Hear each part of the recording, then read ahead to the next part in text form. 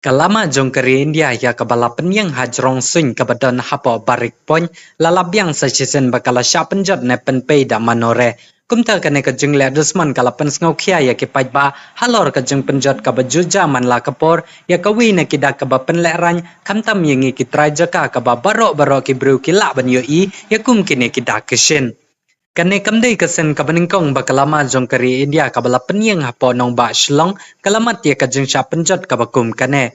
Kenong snong kelapan pau bakalama jong kari kaba hapo Barik Point kaba themu ban peni ya ka jeng itri bat ban shakri kum kadak baki pat khasi ki bat burom ya kari India.